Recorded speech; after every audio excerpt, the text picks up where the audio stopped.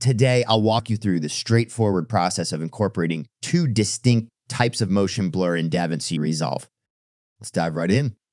Currently, I've imported a standard clip suitable for a myriad of content types, be it video games or other genres. For our first method, navigate to the Effects tab. In the search bar, type motion and incorporate the motion blur effect onto your clip. Once applied, head over to the Effects tab and adjust the blur to your liking. Setting it to 100 provides a subtle yet effective blur. Tweak the settings until you achieve the desired visual effect.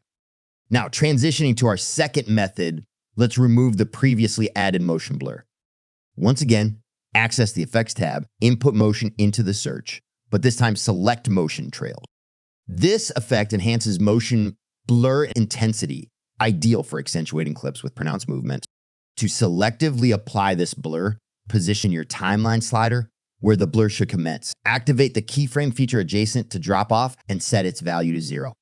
Progress a few moments forward on the timeline and adjust the value back to 1. This technique allows targeted motion blurring, catering to specific sections of your footage.